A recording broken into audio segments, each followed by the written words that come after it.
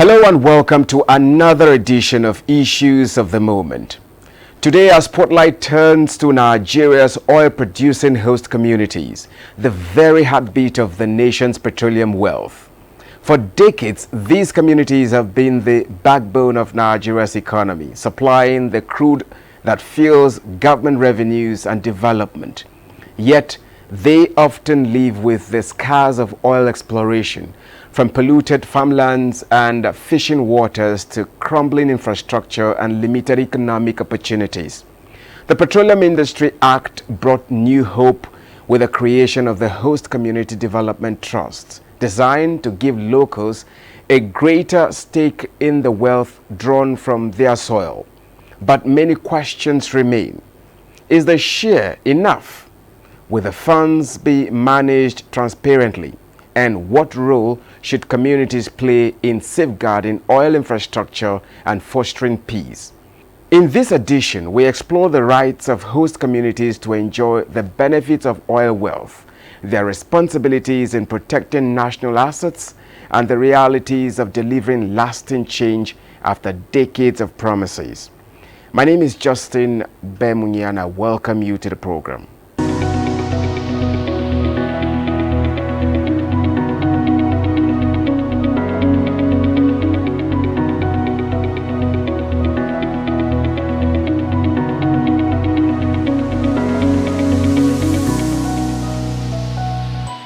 Once again, thank you so much for joining us on the program Issues of the Moment. Our focus today is host communities and Nigeria's oil wealth, rights, responsibilities, and realities. And our guest today is Dr. Mike Emu.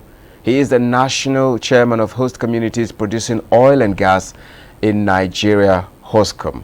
Well, thank you so much for joining us, Dr. Mike Emu. Thank you for Thank you very much for hosting me.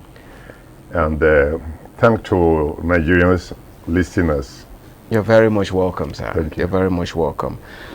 We're looking at host communities and Nigeria's oil wealth, and we're looking critically on the rights, responsibilities, and realities, about this issue. Now, as the leader of HOSCOM being host communities producing oil and gas in Nigeria, you are the leader, the national leader, of course. How would you describe the current state of Nigeria's oil-producing host communities, in terms of development and welfare? Basically, it is naturally unfortunate that the host communities of Nigeria that I represent as the national chairman, that they are victim of circumstances. In terms of the appropriation of Nigerian government, the plan for host community, the IOC, the LOC, NNPC, all their plans for the host community are negative until Bola Ahmed Tinubu came on board, that now that the host community can be reckoned with. The host community of Nigeria producing oil and gas is the umbrella body, the landlord of the oil companies. We host the oil company. We produce over 90% of our national economy. Yet, the Niger Delta, the host community, as the most neglected Nigerian people you have. A man who produces over 90% of the economy have nothing to talk about. In terms of infrastructure, our roads are all dilapidated, the industries are shut down, DSC, if I want to count industries, so many, they are shut down, the schools are not well equipped, and in terms of the sharing formula, we discovered that right from Shagari regime, 1.5% of the derivation was allocated to the host community, not given to today. It gets to degenerated to the IBB regime. 3% of oil derivation allocated to the host community, not achieved it today. Abacha came and increased it to 13%. Nothing is done to the whole community today. federal government will keep on releasing this money to wrong hands, not to the host community. Oil blocks not given to the host community. Thank God that a Tinubu regime has come to realize the fact that the PIA need to be implemented. Yes. So the implementation of the PIA is ongoing now. NUPROC is doing a good job. And the implementation of the PIA in terms of 3% OPEX, in terms of gas flare, in terms of pipeline surveillance, and so forth and so on. All are going on. It's just now that the government realized that we need to listen to the cry of the host community. Now, talking about the PIA, as you just mentioned, the Petroleum Industry Act, you just mentioned 3%, which this act provides 3% for host community development trust fund. Now, from your perspective, is this actually adequate, and how should it be managed to ensure that tangible impact you crave for? When the late president Musa Yar'Adua was on the throne, or was the president of Nigeria, he sent in an executive bill to the National Assembly that was based on 10% equity as benefit to the host community.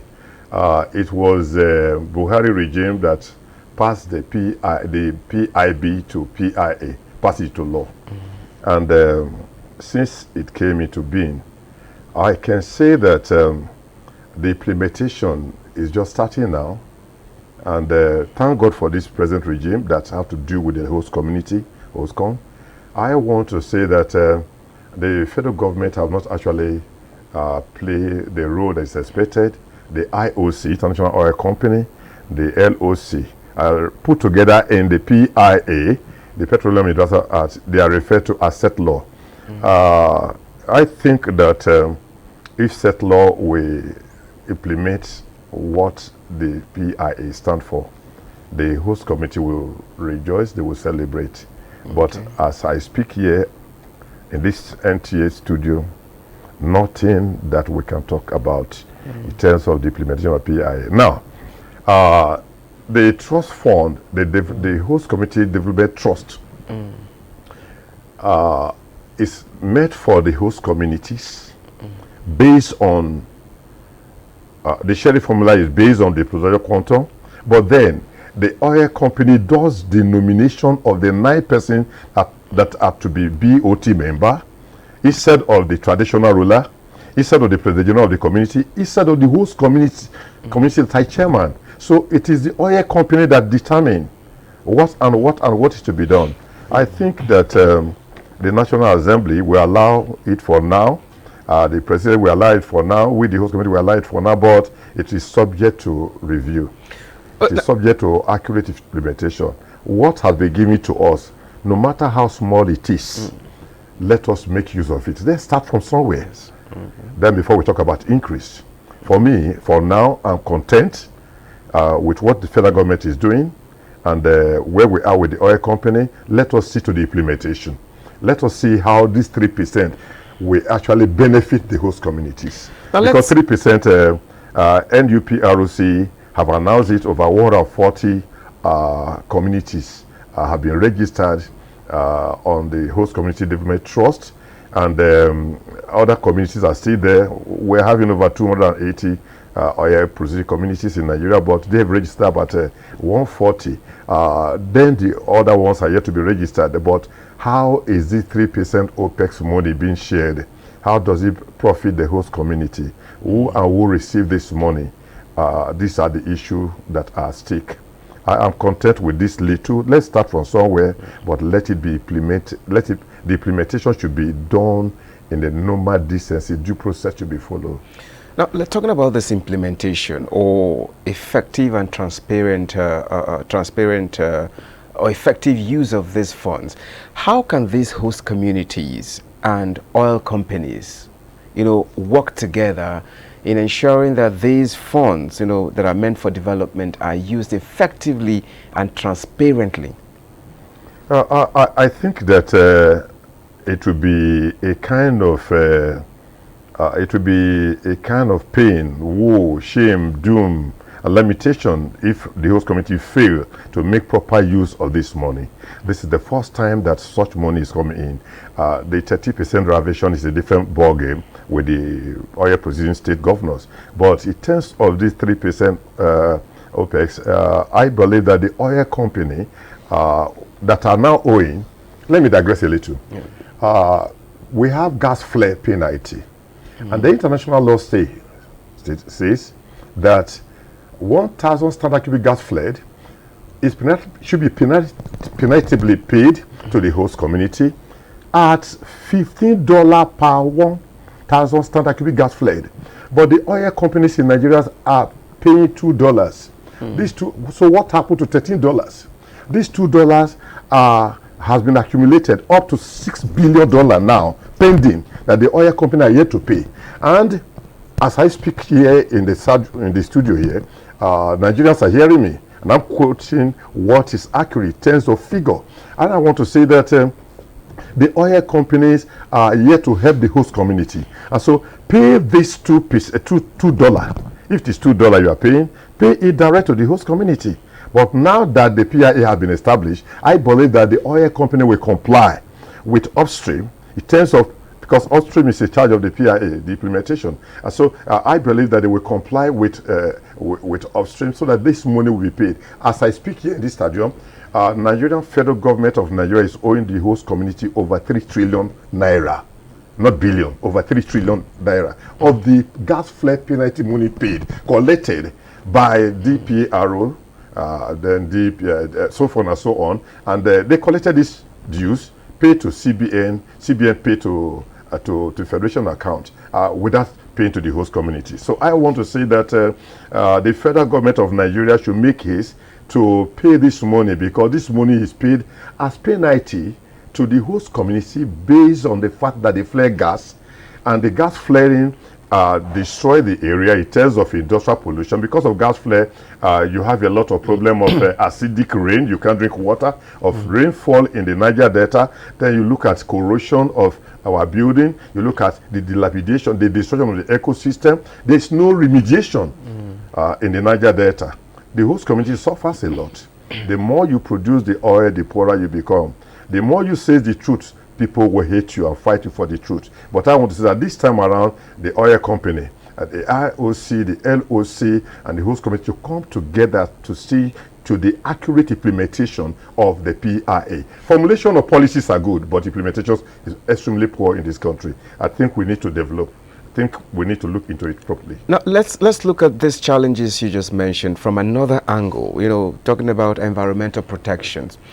You talked about oil spills, you talked about gas flaring and environmental degradation. These have been recurring problems.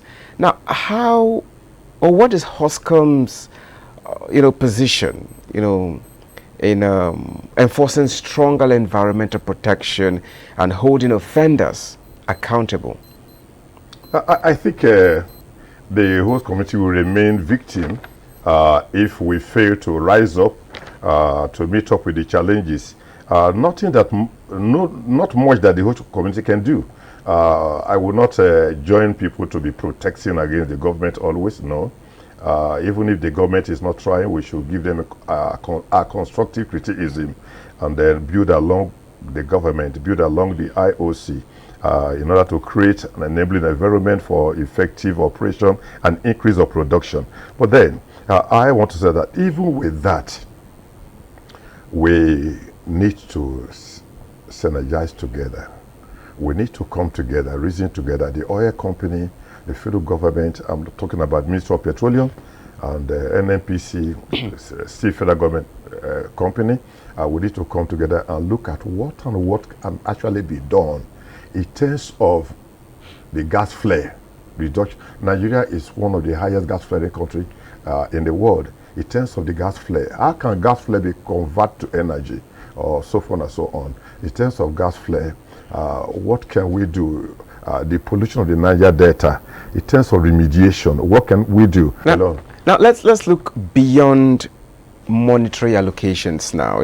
What long-term strategies do you advocate, for empowering host communities, the citizens in these host communities?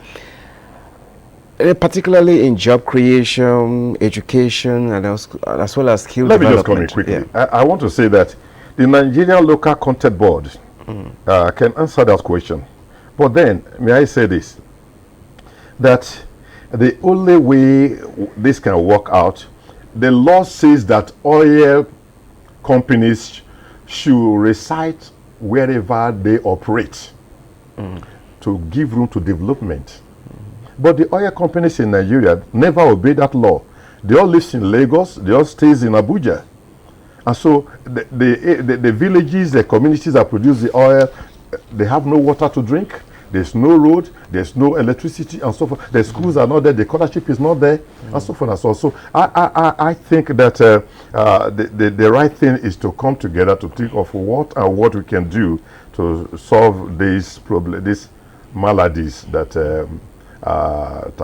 so pronounced in the oil issue. So I want to say from the question that you're asking that Nigerians should rise up to support the oil company. Oil company should wake up to accommodate the host community. The law says that directors, at least 40 or 60% of employment, contractors, and everything should go to the host community, but that is not done.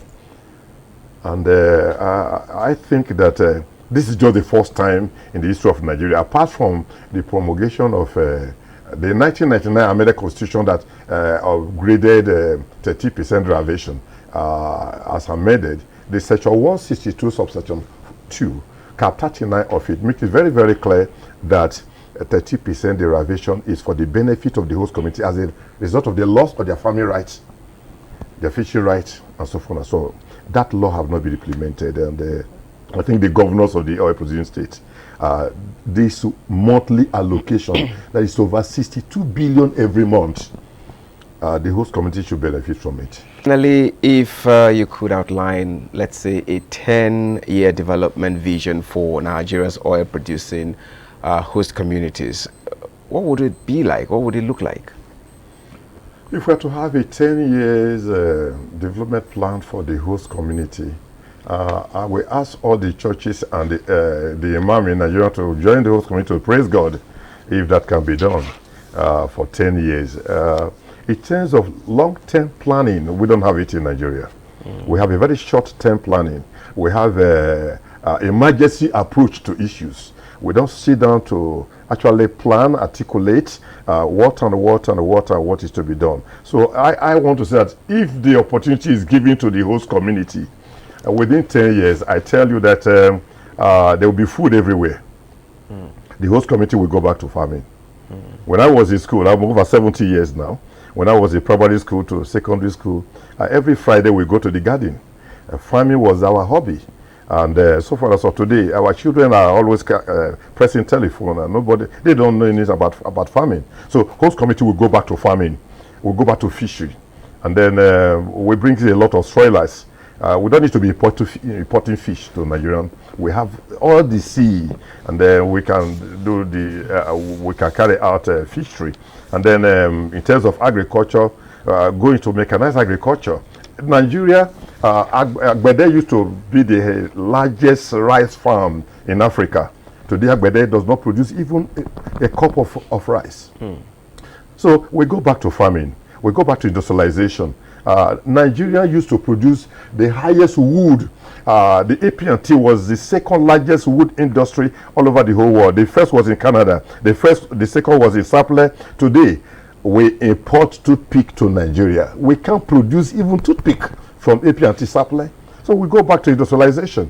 And I think that there are other, in terms of development, my traditional rulers need to be well taken care of. So I will advocate free medical care, health provision for them. Then I will look into the school because our children are suffering right there in the creek. No chair, no building, not under the tree.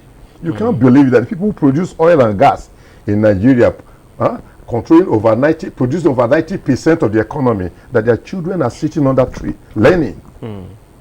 I watched a video yesterday or today what is happening in Taraba State, that children are sitting on just ordinary ground, no building, nothing, in the name of primary school to secondary school in Nigeria. And Nigerians are hearing me as I'm talking here at the studio. We need to wake up. Let us wake up to join our hands to build with Mr. President. Now, just a quick one before I let you go, Dr. Amo. You know, how would you assess the current relationship between the federal government, oil companies, and host communities? You know, what trust-building steps are necessary, you know, especially now that the PIA is being implemented? What is your take on it? How do you feel? Once again, I want to appreciate Mr. President. Host community need to support Mr. President. That's what we're doing in terms of security. In the siege geopolitical zone in Nigeria, the most quiet, safe zone is the South-South geopolitical zone. The crisis started from the South-South, but today, and so we of the Niger Delta want to create an enabling environment for peace, progress, for growth. And so I want to say here that all that we need to do is to allow the host community, the oil companies, the federal government come together. Let us reason together. A situation where the National Assembly on oil thefts, illegal refinery, pipeline vandalization, organize a public hearing, the open public hearing, and the oil companies were not there, not even one. And then how do we solve the problem? And so we need to come together. There is a problem, yes, but what is the way forward? How can we solve the problem of Nigeria? And the host committee needs to support Mr. President. And I can assure you, all the oil producing states in Nigeria, there is no crisis in any one now, because we took a decision, strong decision. The traditional rulers of the Niger Delta, the host community leaders, we stood very, very firmly that the Niger Delta, any state that produce oil, there should not be crisis, so that we can have sufficient resources to develop this country.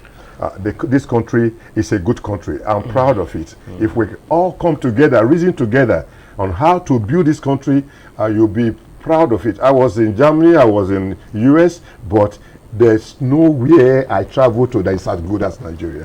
Well, it's a country that if we all come together, if not corruption, if we all come together, if not the insecurity taking place now in the north, which should not be.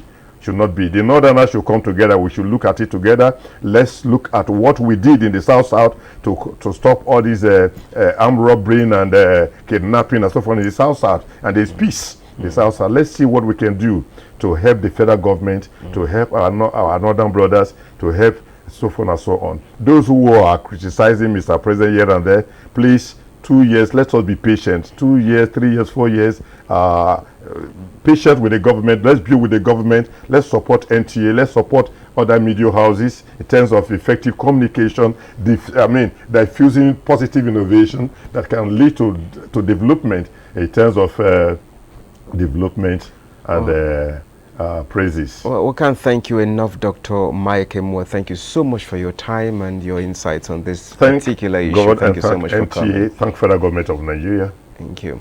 The story of Nigeria's oil wealth is incomplete without the voices and experiences of its host communities. As the nation charts its path towards economic stability and energy transition, the true measure of progress will be seen not just in revenue figures, but in the transformed lives of those whose lands produce the oil. The time for promises has passed. What matters now is action, equity, and lasting change. Well, this is where the program ends. I thank you so much for your time with us. My name is Justin Bemunyi.